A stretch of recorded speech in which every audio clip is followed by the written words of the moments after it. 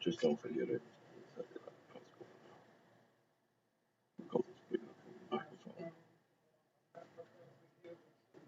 Follow me. So I gotta worry about that bullshit. I mean, it's going out online, not So it's going out online, not on radio. on Facebook, YouTube, Yeah. all audio, But not the radio. not the radio.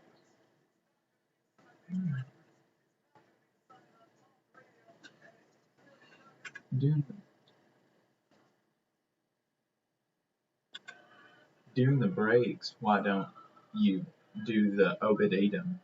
Okay.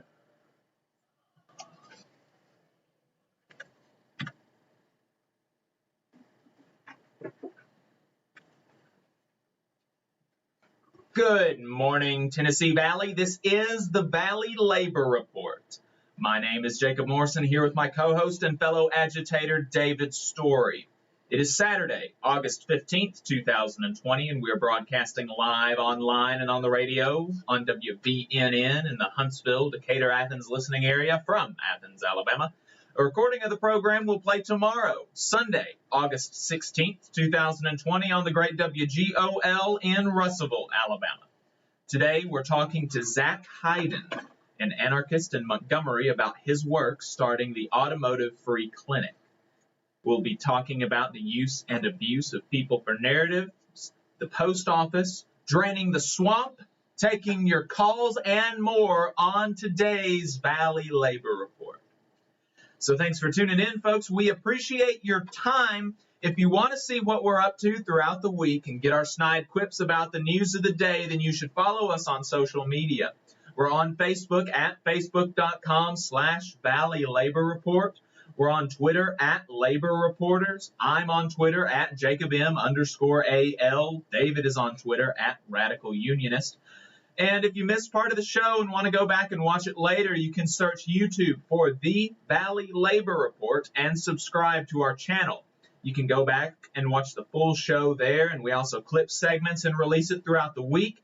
And we also upload the program on more than 11 different podcasting apps, so you can see if we are on your listening platform of choice. You can go to thevalleylaborreport.transistor.fm/subscribe. And of course, if you appreciate our work and want to help us stay on the air, consider throwing us a couple dollars a month on patreon.com/thevalleylaborreport. So, like I said, we've got a really cool interview lined up today. And I do want to say my deepest apologies to people that are listening online. We have misplaced our audio input thing that we use to push audio from the radio on to the internet. So you can hear our voices, you can hear me saying this right now, but you're not going to be able to hear like bumper music, ads, or unfortunately the people that are calling in. And so for the next 10 minutes, y'all are going to be really confused, and I'm deeply apologize for that. But we are recording on the station's equipment, and we will release the segment early this week. I'll try to have the segment out by Monday morning. So make sure that you are following us on Facebook, you're following us on Twitter, and you're subscribed to our YouTube channel, and we will have that out by Monday, this interview, because it's a really good interview. I think this is a really interesting interview. Zach Hyden has a PhD in environmental science, policy, and management from the University of Berkeley in California. He's an anarchist, and most importantly for our show today, he is the founder of the Automotive Free Clinic in Montgomery, Alabama. I mentioned that he's an anarchist because, for one, he sees it as kind of, central to the work that he's doing, but also because there's a really destructive tendency in America today, as Kim Kelly wrote in her recent op-ed titled, Stop Blaming Everything Bad on Anarchists, to, blame everything bad on anarchists. And that's because, of a really deep ignorance of left-wing political ideologies. Anarchism is a political tradition that is steeped in insight and care for the community. And whether you agree with all of its tenets or not, I know that I don't. I'm not an anarchist. It's a philosophy to be taken seriously. As Kim Kelly notes, for every minute that you see anarchists protesting, there are untold hours spent attending meetings, spent cooking and delivering food and supplies to those who need it, researching far-right groups, planning demonstrations, providing childcare and other support to the community, and taking part in communally minded projects. And it's in this vein that Zach operates. He has, if I recall from our conversation a while back, not been to a protest in years. Instead, he has opted to spend his time organizing mutual aid projects in his community, quietly cursing the government and politicians and capitalists all along the way. But that's what he's doing right now with the Automotive Free Clinic. So, Zach, I really appreciate you taking the time to talk to us about your work today. Thanks for jumping on the line. I'm living the dream, brother. Living the dream. So, like I said, Zach is the founder of the Automotive Free Clinic in Montgomery. And what he's doing there is he is, the name kind of says it all. He is repairing people's cars for free. But before we get to that, can you just tell us really quickly, just spend a minute on it. Can you tell us how in the world you went from getting a PhD from Berkeley in environmental science to doing the kind of manual technical labor that you're doing now?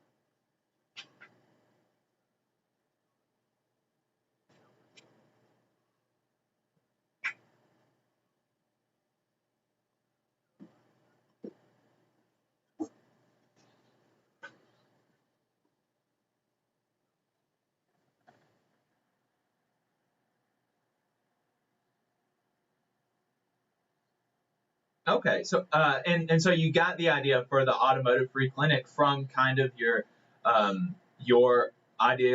previous ideological commitments to anarchism.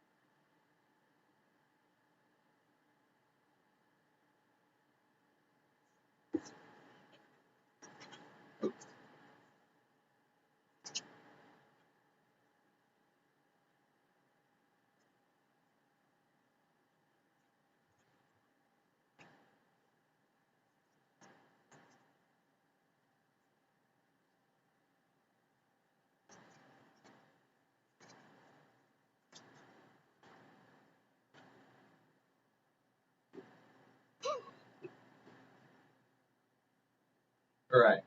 Yeah, you're certified at least. Yeah.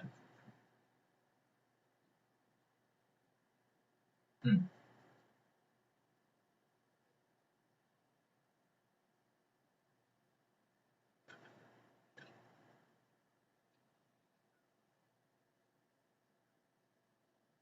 Yeah, but the big takeaway from that really is, regardless of how skilled you are or how skilled someone else is in the community, that you're out helping the community. You're providing a service to the community that no one else is is filling that void.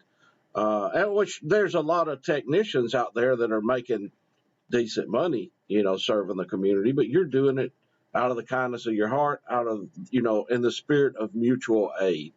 And I think, regardless of how highly trained you are, there's a lot of people out there that just need oil changes. There's a lot of single mothers out there, that just can't do it. They don't have the technical expertise.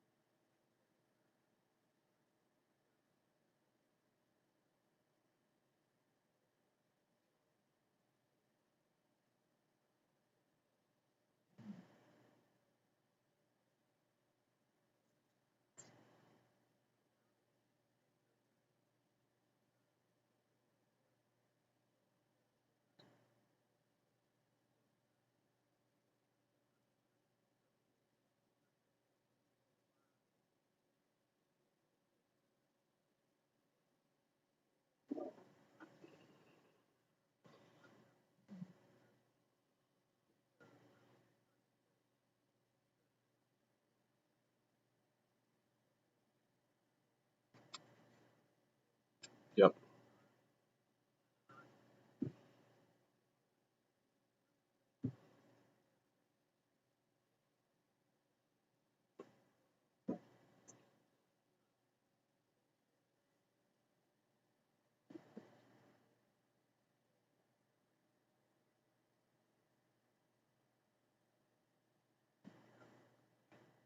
Right. And so this is a fairly new project. This is a pandemic era creation. You started this in March, and since then you have done thousands of dollars worth of repairs for either free or whatever the person could afford. If this is a person that could afford to pay you some to help you, help recoup you for parts and stuff, that they have done that. But you mentioned earlier that you don't have a shop, and so that kind of limits the amount of repairs that you can do and stuff. But I noticed that you have a fundraiser going on right now specifically to hopefully remedy that. So tell us about that. Next segment.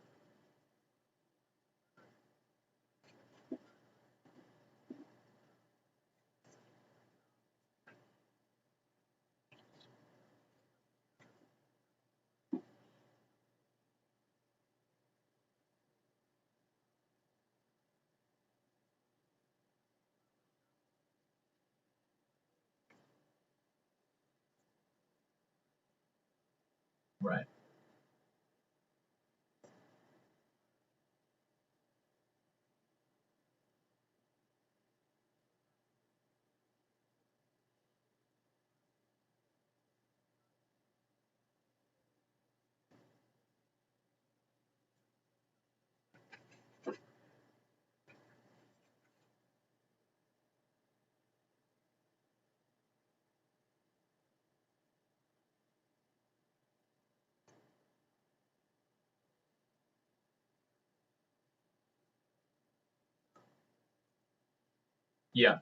Yeah, that's really great. And Zach, we wanted to talk to you some more on the other side of this break. So if you've got the time, would you be able to stay on the line for a little bit? Fantastic. All right, folks, we are talking to Zach Hyden, the founder of the Automotive Free Clinic in Montgomery, Alabama. This is the Valley Labor Report. Stay tuned.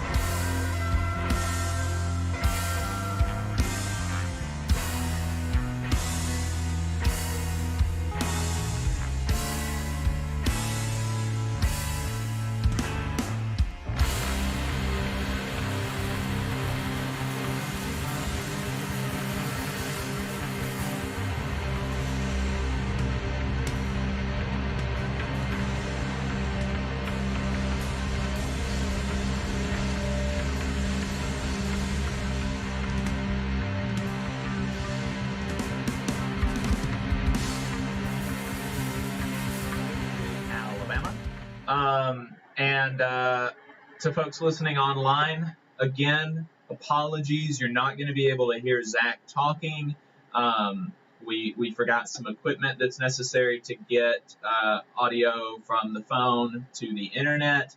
But make sure that you are subscribed to our Facebook page. You're following us on Twitter. You're subscribed to our YouTube channel. And we will upload this segment with his voice so that you can hear the interview.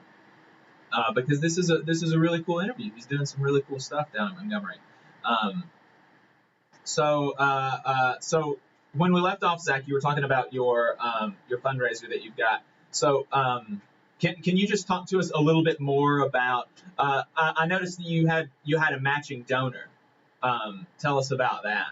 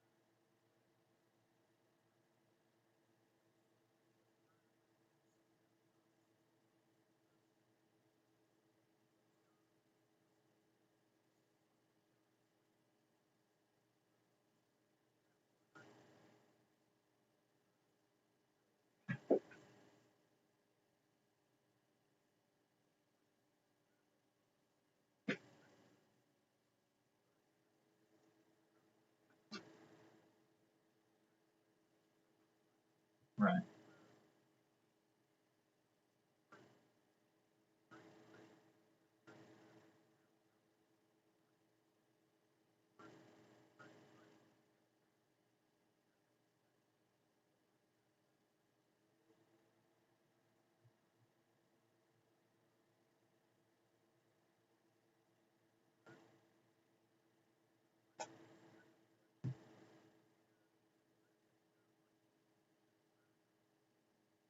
Mm.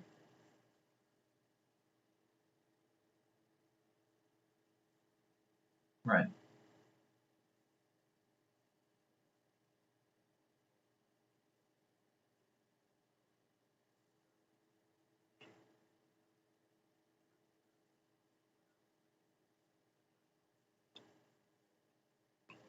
Right. Yeah, got to get you a shot first.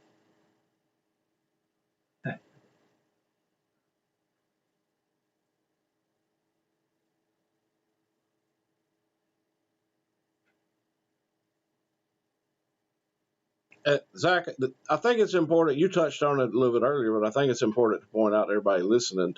If they, like you said, if they do donate, you're a 501c nonprofit. So they can write those donations off on their taxes, just like donating to a church or something in that vein. So, you know, if you're out there thinking this is a great idea and want to kick him a few bucks, just know that he can give you the receipt for it, and you know, you can write those off on your taxes at the end of the year, which is probably going to be important this year.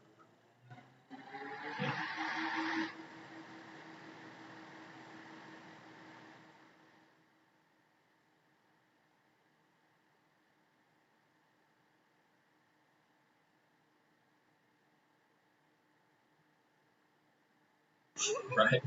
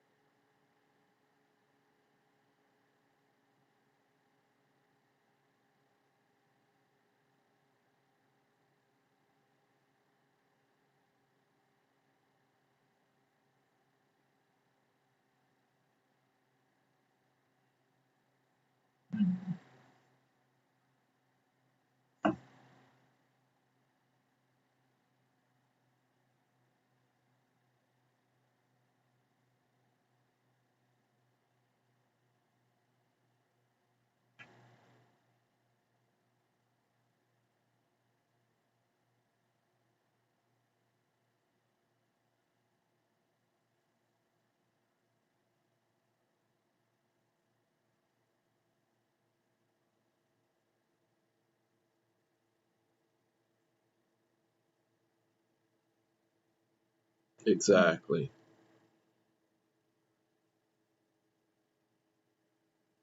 Right.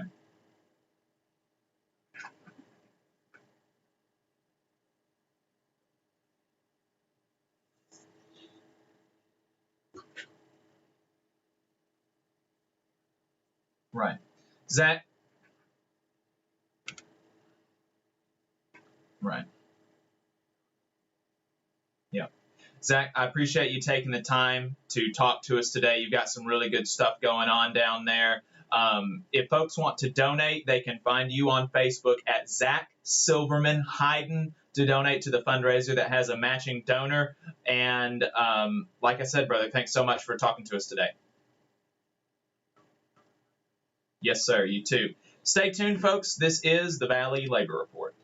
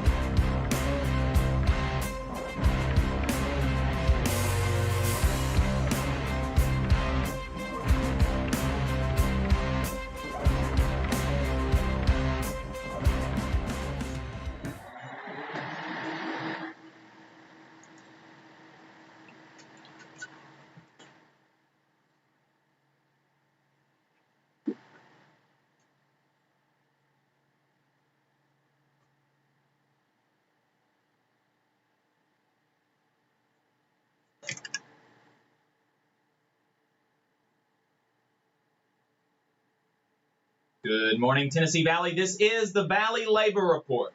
My name is Jacob Morrison, here with my co-host, David Story. And one final announcement on that interview that we just wrapped up. We interviewed Zach Hyden, an anarchist in Montgomery, Alabama, who founded the Automotive Free Clinic, which is exactly like it sounds. It's basically an auto repair shop that will fix your car for free in Montgomery or for whatever you can afford. They're having a fundraiser right now to be able to support the work that they're doing. If you search for Zach Silverman Hyden, Z-A-C, no K, Silverman Hyden on Facebook, you can find his Facebook fundraiser. They have a matching donor that will donate $500 if they can raise $700. That'll help them in trying to get a brick and mortar store, which will allow them to do more and more complex repairs. I think he's doing really important work. And for folks that are listening to us online, very sorry for the missing audio. If you were listening to us over the radio, you could hear Zach fine, but folks listening online couldn't hear him. We left some equipment at home.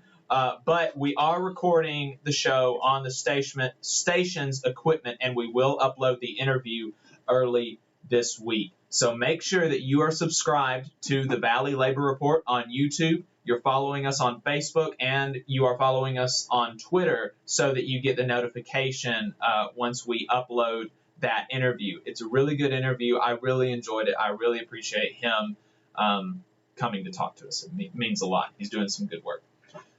So, folks, I have a question for you. Are you tired? Are you tired? Are you tired of boring, corporate, out-of-touch shows and movies that are being cranked out by Netflix, Hulu, and Amazon Prime? If you are, now there's an alternative. Means TV is the world's first worker-owned, post-capitalist streaming service. This is a worker-owned streaming service with a library of post-capitalist movies, documentaries, series, and weekly original shows covering news, culture, gaming, and more. They have films like The Writer with No Hands, which is a documentary thriller about a screenwriter who disappeared in Los Angeles in the 90s, or Means Morning News, which is their weekly post-capitalist news show. Honestly, the news show alone is enough reason to check it out. I watch it every week. It comes out on Thursday mornings. There's also a Marxist video game show, an animated kids show about anarchist cats, content from some of your favorite YouTube creators like Richard Wolf and the Serfs, and from some of your other favorite internet creators like the Trillbillies, Abby Martin, and Street Fight Radio. The best part is that it's entirely funded by you. There are no advertisers, no venture capital firms, ever. For $10 a month, you get access to a huge library of socialist, communist, and anarchist content on Means TV, with new movies and shows added every week. And if you can't afford that, just send them an email and they'll get you set up at whatever rate you can afford.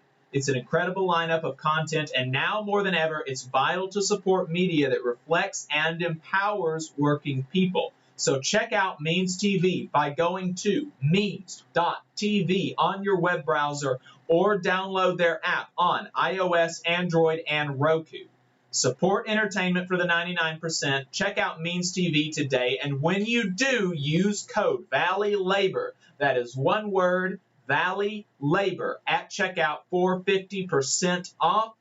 You'll be supporting Means TV, you'll be supporting the Valley Labor Report, and you'll be getting some really dope content. So remember, go to means.tv on your web browser, sign up with code Valley Labor for 50% off, and start enjoying that content, folks. It's really good stuff. Really good stuff. It is excellent material on there. Yes.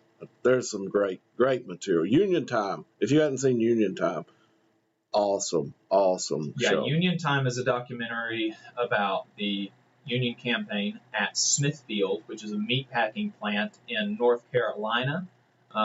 That's I mean, it's unbelievable. If you only watch Union Time, that's a really good. But like you said, the news is worth. Yeah. Entirely worth. There's just so much. There's a documentary about Gaza. There's a documentary about a black business owner that was kicked out because of gentrification in his neighborhood. I mean, there's so much good stuff. It's really good. It's worth it, folks. It's worth it. Yep. So, like I said when we opened the show, and this is like, I just almost don't know how to talk about this because it's so sad. But there's a story out of North Carolina it's just tragic. There's a 5-year-old boy that was named Cannon Hyden, and he was shot by his neighbor last week. The killer's been arrested and is in jail facing first-degree murder without bond. I mean, the more that I read about it, the sadder it is, because apparently the day before the boy was murdered, the murderer had dinner with the family. The father had invited them into their home because he seemed distressed. And so, in part just because of the raw gut level instinct of injustice that folks have when anything bad happens to children, the story has gained national and international attention.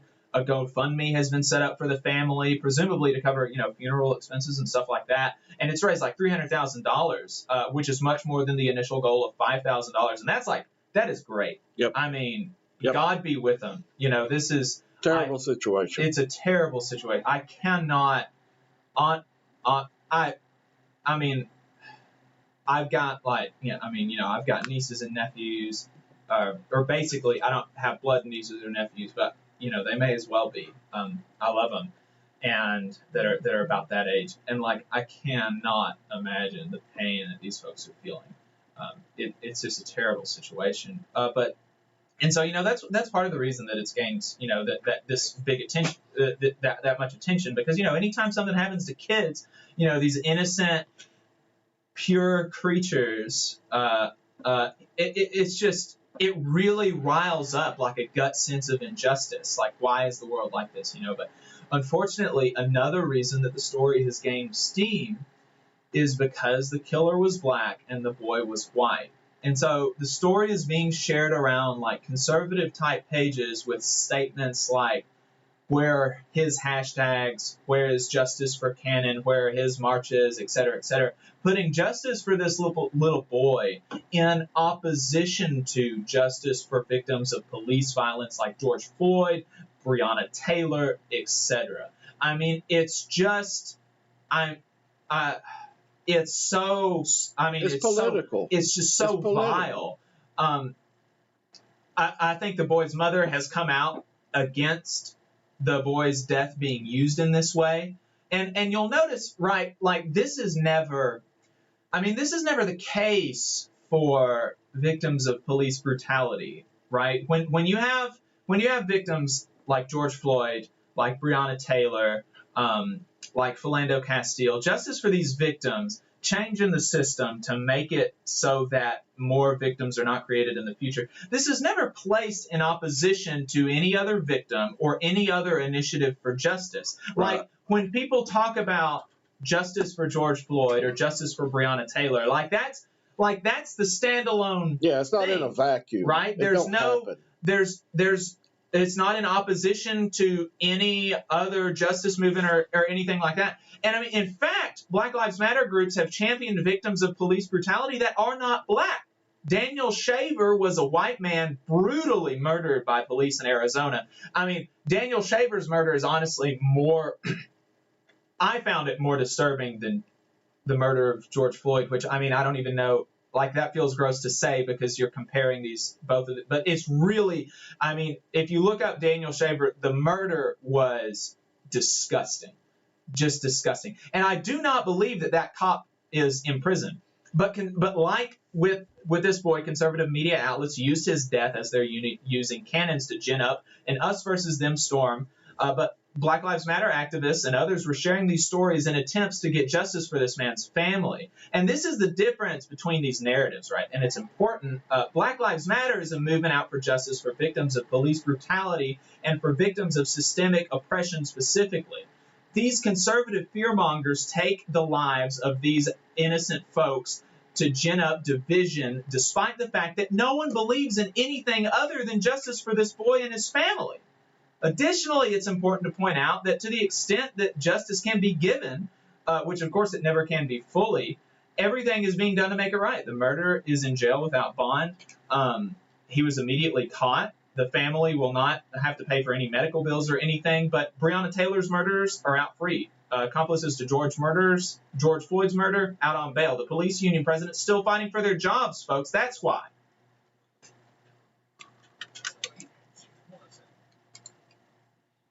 Oh, man. Sorry, not hearing the bumper music was...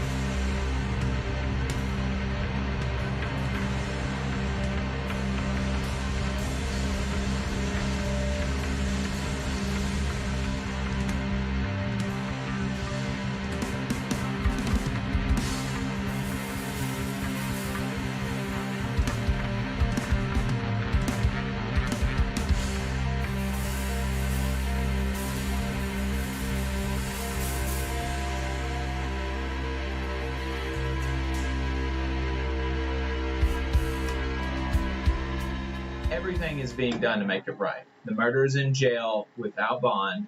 He was immediately caught.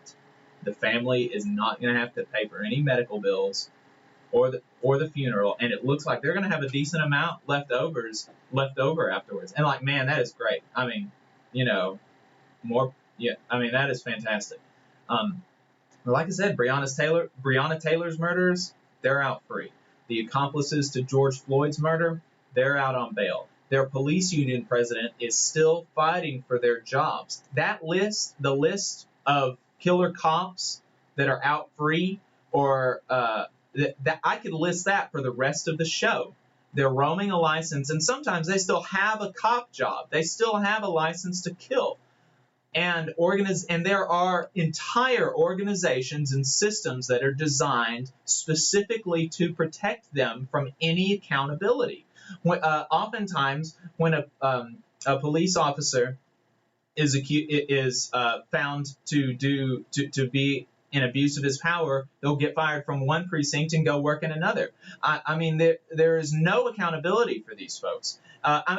Literally, there's a whole legal doctrine of qualified immunity, which means that they don't have to follow the Constitution if they couldn't reasonably be expected to know what the Constitution says. It's absurd. That's why we have to be out in the streets for Breonna Taylor, and it's not necessary to be out in the streets for Hyden, because there was never any point in this episode that justice for this boy, to the extent that it could be given, like I said, there was never any point in this episode where that was in question. But for Breonna Taylor, for George Floyd, for Philando Castile, for Sandra Bland, for Eric Garner, they have not received justice yet. And probably won't. If you go by past experiences. I mean. So donate to the family of the boy. Do it. It's a good cause. I mean, God knows nothing is going to fill the hole in their heart. Yeah. But for God's sakes, don't use the death of this boy to put a wedge between you and your neighbor. Don't use his death to fight against justice for Elijah McClain or Eric Garner. They all deserve justice. Exactly. This is where we're at. It's really like, it's actually sickening. I mean, it is really, it makes me like physically ill when I see this stuff. It makes me, it's just disgusting. You've got some more disgusting stuff. Where do we go from here? Yeah, well, I don't know if it's disgusting. It's not like this, No. But it kind of drives home not only what we're discussing here and how the left and right play against each other and use various tactics to drive a wedge in between the general population, but what I was looking at earlier in the week was of a good friend of yours who I've friended on Facebook a few months ago. He mentioned watching The Swamp on HBO. I don't know what I got to say. HBO. It's like the streaming service that you get with one of the mobile phone companies. Anyways, it's a good show. He's a ultra libertarian, and I was kind of hesitant to watch it at first because I was like, I don't know if I'm going to like this or not, But I was like, hey. He's been a good friend over the past few months from meeting him on Facebook, and I was like, I'm going to check this show out. And it was very enlightening. You probably know Gates, the representative out of Florida, the one that led the storming the hearings of the impeachment hearings and things like. Yeah, he's real good. He's a great media guy. Real good at getting his face out, but it followed him, and so even at the beginning of the movie, they're following him, and I'm like, yeah, I'm not going to like this at all. But it was moderate. It was a moderate. It wasn't too far to the left, it wasn't too far to the right, but it really spoke to what these representatives are doing in D.C. and the Senate are doing in D.C. and that they actually have to buy. They purchase their committee appointees. So if you're on the Ways and Means Appropriation Committee, you don't get appointed to that because you're good. You you buy it. Right. And how you buy it is by donating to the party through campaign donations. Whoever donated you shift those over to the party. And I'm talking about big money, $500,000 for an appointee. But it also brought up the fact that all of these lobbyists just covered up in D.C. everywhere, and the swamp, the whole drain the swamp thing. And so I started thinking, this is relevant right now. We're going into another election cycle, and the drain the swamp was humongous in bringing support from especially the rural South. Because we've seen it for so many years, where in the Northeast and out West, where people that have the money and have the means to buy lobbyists naturally get more representation than we do. So it sounded like a good thing, but the more that I started researching it, the more that I realized the swamp has, and maybe it wasn't surprising to a lot of people, but it was surprising to me that 281 lobbyists have been appointed by Trump. 281 lobbyists has some place in his administration, and even farther than that, 7 cabinet positions are lobbyists, which is more than 8 years of Obama and 8 years of George Bush. Really? Yes. Wow. Yeah. And so I didn't realize. Yes, that's what. And then the further, we've talked about the Patco strike in the past, several times in the past. And would you believe who the last appointee to the NLRB was by Trump? No, it wasn't. Go on, say it. Yes, it was the lawyer in the Reagan administration that represented the government against the Patco workers. Does it get any more swampy than that? It's just, and so, but it really speaks to what. And I'm not here attacking Trump, because I think Trump's done a lot of the same things. He's probably done them worse than some of the other ones has, but he's done the same things that the left. Yeah, well, this is, we are a union talk radio show, and so the center of our stuff is talking about unions and what they can do, but unions are one of our big things that we are called to do in the labor movement is political education. And so folks, they need, I didn't even realize that he had more lobbyists in his administration than Bush or Obama. And this is in 3 years. Yeah. 3 years of Trump outdoes 8 years of either administration. Right. Folks need to know that kind of stuff. That's important, Yep. But it speaks to what we're doing. Right. I feel like we're educating people in the middle. What we're doing is saying we're going to call out the left, we're going to call out the right, and you make your decision based on what you hear. But we're not pandering either way. Yep. This is the Valley Labor Report. We will be back. Stay tuned. Did you want to talk to me more about that? Or did you just want to go into the Postal Service? This whole thing here is just got completely.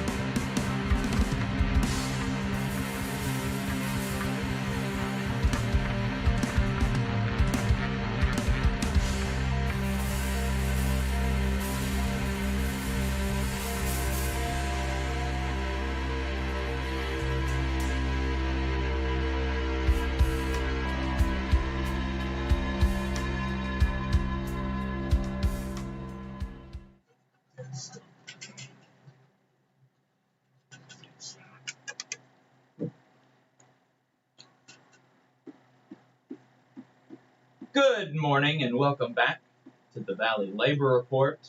That was Cancer Slug. Did y'all know that David's son No, not my son, my cousin. Your cousin? Oh, really? Yeah, Man, my I've been cousin. telling folks that's your son. No, I am not that old. He's only like, I guess he's 6 or 8 years difference in which he's in better shape than I. I mean, that is part of touring 24/7, 360. I mean, and plus he works out constantly. Yeah.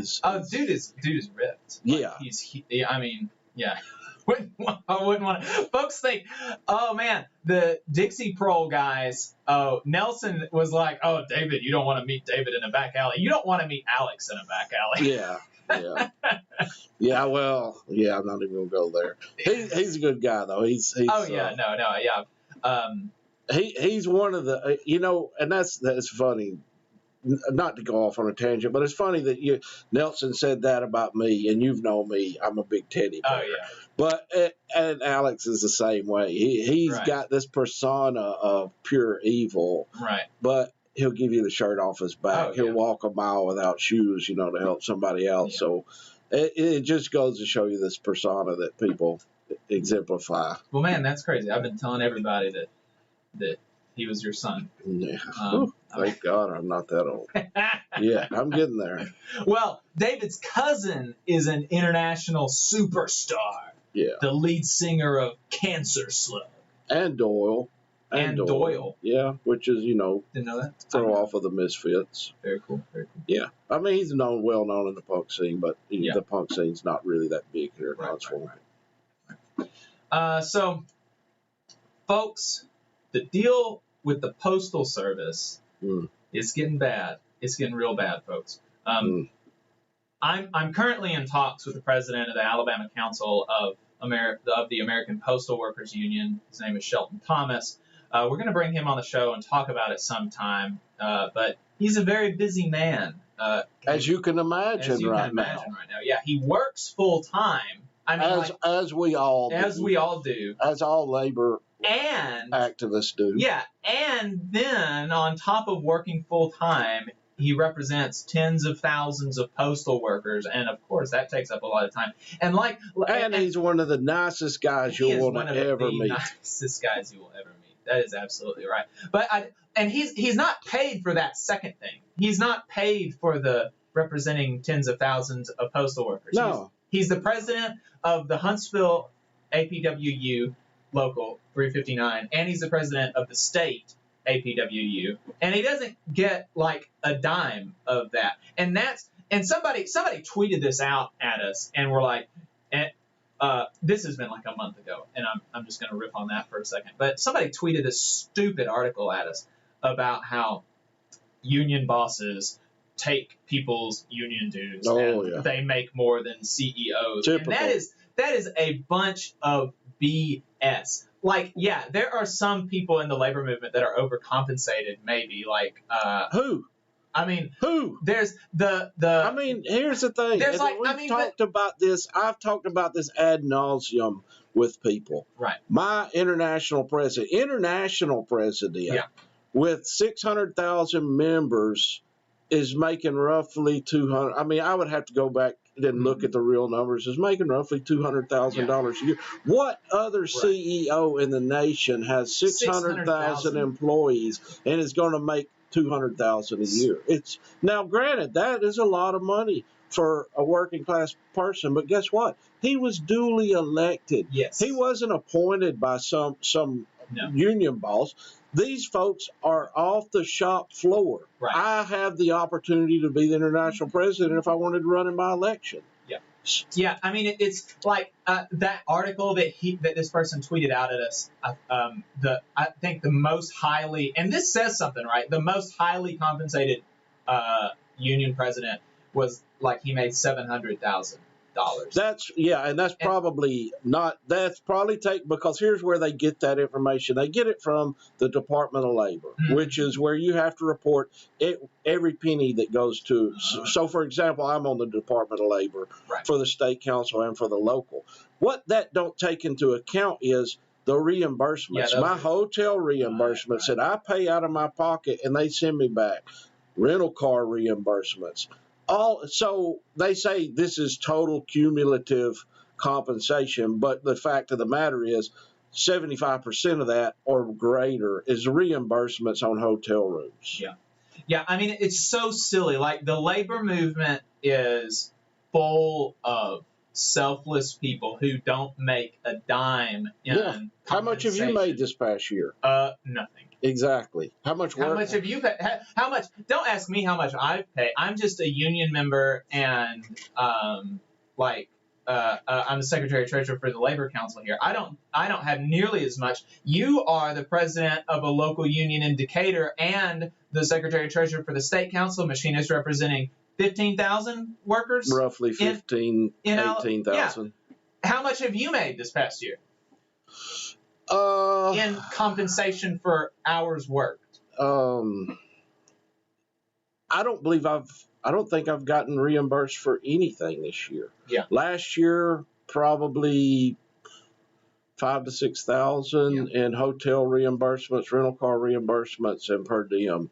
But yeah, I mean, this is all voluntary. Yeah. I mean, seriously, the labor movement, folks, it is full of people like David, like Brother Shelton, who are selfless and have dedicated their lives to helping their brothers and sisters. I just wanted to rip on that a little bit because I haven't talked about that, and it's been eating me alive since that guy tweeted that article out at me. So it goes back to the same thing that we were talking about with Zach, and the anarchism. It's all we have so many people that are constantly out there doing so much good work for nothing. Yeah. For absolutely free, but yet we're demonized in the right-wing media as just these terrible people. So we're going to get Brother Shelton on sometime, but in the meantime, there's been so much happening that I did just kind of I wanted to back up and start at the beginning and give everybody as clear a picture as I can about what's going on and what the implications are, and hopefully Brother Shelton will be able to come in and fill the gaps that I leave. So, in the beginning, Louis DeJoy, and this goes back to what you were saying earlier, Louis DeJoy was appointed by Trump in May of 2020, and there were concerns immediately. He was appointed because he is a Trump donor. That's it. He is the first postmaster general in 2 decades with no postal service experience. First one in 2 decades. And now, I don't know if he was a lobbyist per se, but he's definitely a swamp creature. And on top of that, this guy holds tens of millions of dollars in stocks in competitors like UPS. Yeah, XPO Logistics. Tens of millions of dollars in stocks in his competitors. Why don't you just sit and think about for a second whether or not I don't know, the board of directors at Teledyne Engineering would appoint to CEO somebody who has tens of millions of dollars of stocks in ULA. Yeah, in one of their competitors. Or in one of their competitors. It's corruption at its finest. It's broad daylight. This is one of the things. I mean, I haven't even gotten into any of the new stuff. This is like from the beginning we knew this. And I'm already I'm already mad. We talked about this, and here was the thing when you said you wanted to talk about the post office. I went back and looked at several. Do you know, before we even come on the radio, you remember May 1st, May Day? Yeah. We were talking about folks, don't let them defund the post office then. But this has been the right wing talking points from not just in this administration for years. Yes. Is to get rid of privatize. Even Obama was trying to do it. Obama was trying to do it. He was trying to cut delivery down to 5 days a week. He was trying to appoint to the board of governors. Republican donors who wanted to privatize the postal service, and Bernie Sanders killed the nominations of these folks, and good on him. But I mean, like I said, this is the thing that we say is not necessarily a Republican or Democrat thing. It's like a politician elite thing. Yes.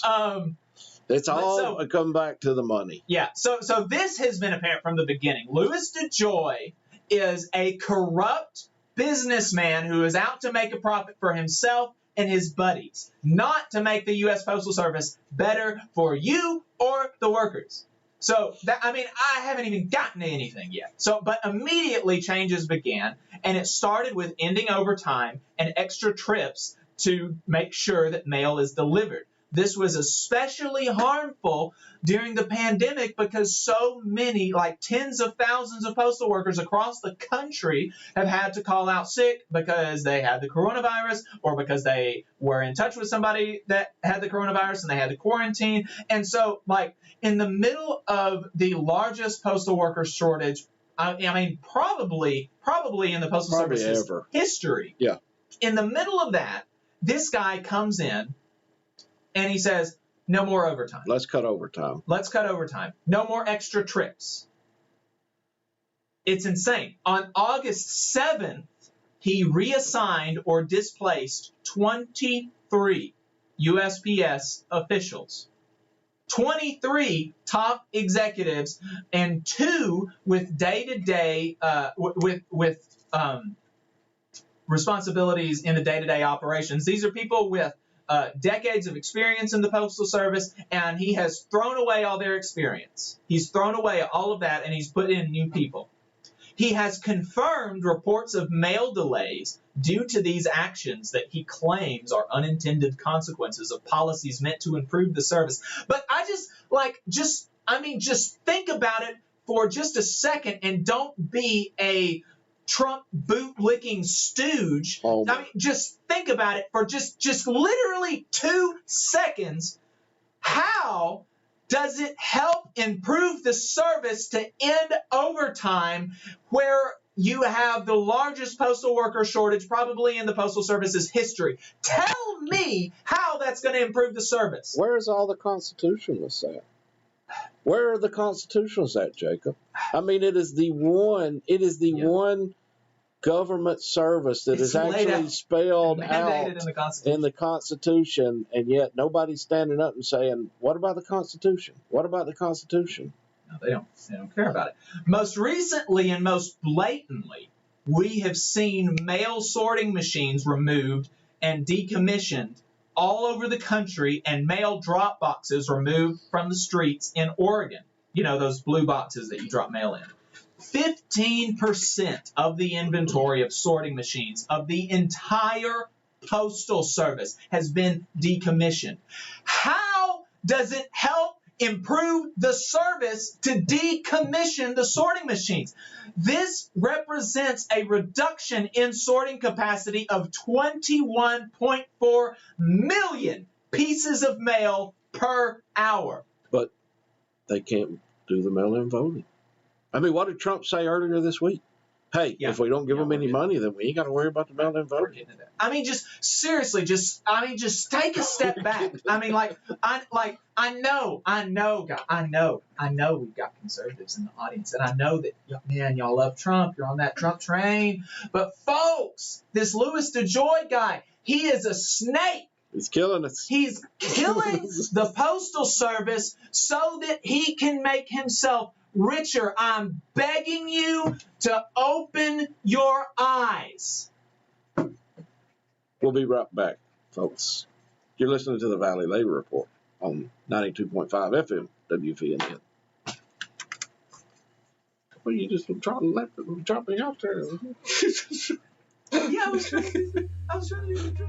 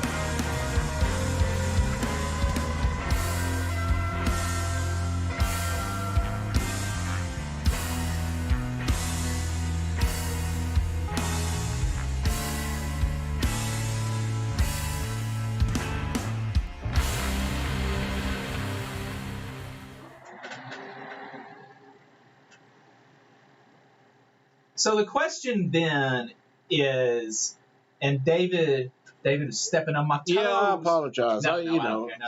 you can tell we don't communicate during the week what we're going to do. This is not a polished show. So David alluded to it earlier, and the question is like, okay, so why are they trying to destroy the Postal Service? Why are they? And, one, like I said, Louis DeJoy owns tens of millions of dollars in stocks in the competitors. So, like, he's going to directly financially benefit from the destruction of the post office. But why is Trump letting him do this? Why are people? And it's obvious. This election is going to hinge on mail-in ballots like no other election before. It was only a very educated guess before this week, but Trump did us the favor of just coming out and saying the quiet part out loud in an interview. And David, and I got that quote right here. He said, quote, "Now they need that money in order to make the post office work so that it can take all of these millions and millions of ballots. But if they don't get those two items, that means you can't have universal mail-in voting." And remember those mail drop boxes that were being removed in Oregon. Oregon already votes all by mail and has for years. There's no in-person voting in Oregon. Yeah, they're not changing anything. And yet Oregon is the only place where they're removing these mail drop boxes. Yeah. Well, it's awful convenient, isn't it? It's really unbelievable that the amount that he says out loud. Yeah. And it's like, crazy. Seriously? And like, folks like conservative commentators like Eric Erickson are saying that, like, the thing about Trump wanting to destroy the Postal Service to rig the election is like QAnon for left-wingers. But, like, he just said it. Like, he said it out loud. Like, on Fox News. Like, this is not a conspiracy. He just said the darn thing. It's not a conspiracy. He just said it. He just said it. And here's another kind of recent development, and this ties in, again, with what David had to say about swamp creatures. Elizabeth Warren has launched an investigation into DeJoy because apparently it wasn't enough that he had tens of millions of dollars in stock in UPS and other USPS and competitors. Apparently, right before he was appointed to the Postmaster General role, he bought a bunch of Amazon stock. Why do you think that is? Surely not. Why do you think that is? And now here's another question. Here's another question for all you union-hating, boot-licking folks out there. What have the unions been doing this whole time? The workers can't work overtime. Surely the unions love this. Surely the unions love, because unions are full of lazy workers. They just want to protect the lowest common denominator. They're just a bunch of lazy folks. So they've just been loving this. And that's a bunch of BS. They have been fighting to do their jobs. They've been fighting for efficiency. They've been fighting so they can work for longer hours so that they can deliver the mail to you, so that they can deliver medications to the more than 250,000 veterans who depend on it, so that they can deliver for small businesses, for big businesses, and for you. These workers take pride in their work and don't want to see their craft destroyed by some oligarch. But you're not going to hear that on Fox News. All you're going to hear about unions on Fox News is unions are lazy, blah, blah, blah. Workers are lazy, blah, blah, blah. It's the only reason society is good is because we have oligarchs, blah, blah, blah. But if unions were full of lazy workers, why would rank and file members and leaders and union leaders be going to the mat so that they could work overtime to make sure you get your stuff in the mail on time? Surely it's not because they believe in it and providing a good government service. Surely not. And so then here's another question. Maybe you think that the post office is financially unworkable anyways. Well, you would be stupid. And you only listen to right-wing propaganda. Because I actually read a tweet that says the Postal Service is a waste of taxpayer dollars. That's the problem with the right. That is the problem with the right. They do not do enough research to even understand that zero taxpayer dollars goes to the postal. Zero taxpayer dollars has gone to the Postal Service in decades. And then the next thing, after you realize that it's not a waste of taxpayer dollars, is like, oh, well, the Postal Service is in billions of dollars in debt and they're financially unstable and whatever. The only reason, folks, the only reason, you gotta listen to me, the only reason that they have billions of dollars in debt is because of a bipartisan, Democrats voted for this too, is because of a bipartisan bill passed in 2006 that made them fund employee pensions and health care 75 years in advance. Fully funding pensions and health care 75 years in advance. Yeah. No other government agency, no other private corporation has to fund. I mean, what that amounts to is 75 years. Literally, they are having to estimate and pay for the health care of people generations who not only don't work at the Postal Service yet, who aren't even born yet. Yep. They're not even born yet, and they're having to pay for their health care and their retirement. And Republicans and Democrats both voted for this. Yep. And that's the only reason that the Postal Service is in debt, folks. And they're not really in debt. And I mean, truthfully, no other corporation is going to consider that debt. No. They're in the black. Yeah. And here's another thing. Maybe that you think the private sector would be better. Here again, you would be stupid. Well, just on cost alone. I mean, think about just cost alone. Here's what. It'll only make rich people richer. It'll pay people less and give you less services. Do you reckon that FedEx will deliver a letter to Alaska and Tennessee for the same price, for 55 cents? No, of course not. You're out of your mind. Okay, the Postal Service already delivers last mile deliveries for these services because it's simply not profitable to deliver to rural outposts and get deliveries from rural outposts every day. The Postal Service already makes more deliveries in 16 days than the UPS and FedEx combined in an entire year. The FedEx CEO, he makes $16 million a year. UPS CEO makes $14 million a year. Amazon CEO makes $1.7 billion a year. The Postmaster General makes $300,000 a year, and that is why they want to destroy the Postal Service, so that their little crew can get richer, so that they can rig the election, and so that you can eat cake. Let them eat cake. That's it. They don't care about you. They don't want to provide you with better services. They don't want to provide you with cheaper services. They don't want to make sure that people can have a good middle-class living doing this essential service. They want to get richer.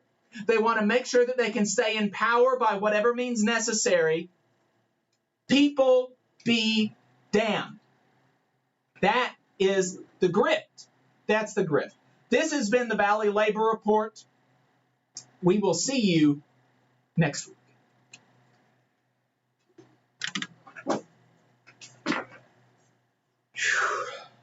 Good one.